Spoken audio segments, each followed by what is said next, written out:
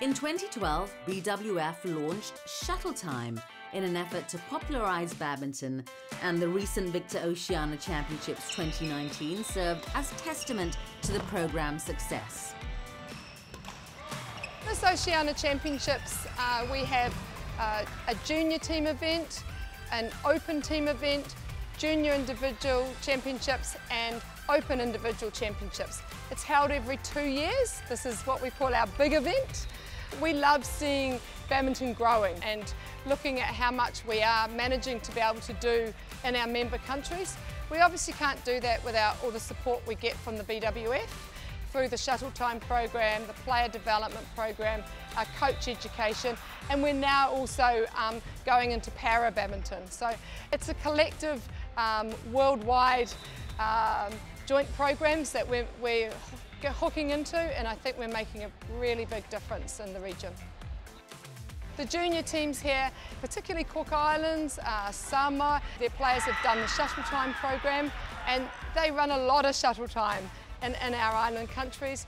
They then come through and play in multi-sport games in New Zealand, and then the next step has been this championships here. Tahiti and New Caledonia are both French-speaking countries. They've been involved with the Oceania Championships now for a number of years. And after New Zealand and Australia, Tahiti and New Caledonia are our two leading countries.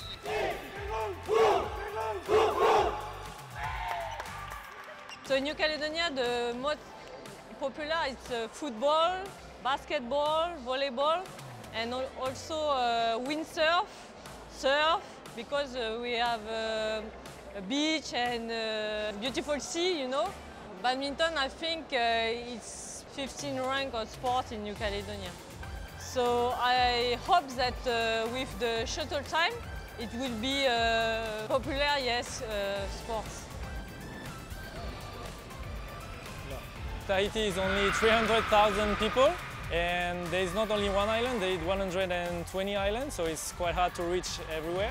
Badminton is not very popular because our federation is only 10 years old, but it's getting bigger and bigger because it's working really well with the schools, and we're using Shuttle Times, which is really working really well with the schools, so it's an amazing program, and we've really growth in numbers since we started Shuttle Time. We had a lot of help from Oceania and BWF to go and do some training camps and tournaments in Australia and New Zealand. Since we started that, we really see the standard is getting higher.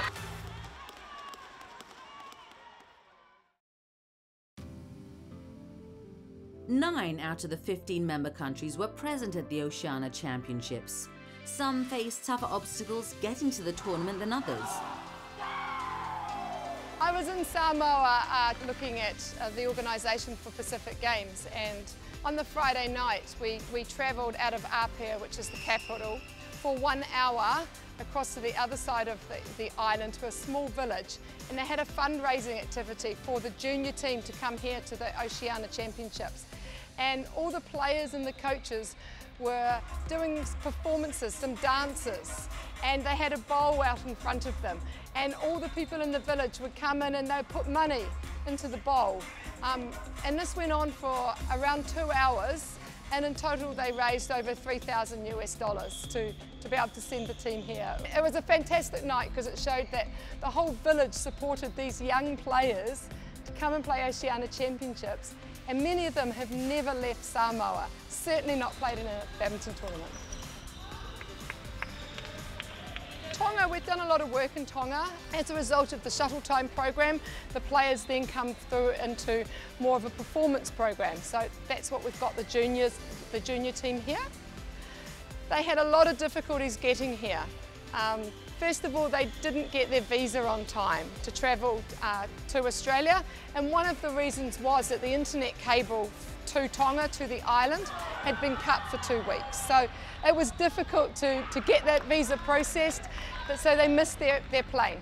They then had to buy new air tickets to get here, and they did that. They were at the airport and the flight was cancelled because there had been some bad weather in Tonga.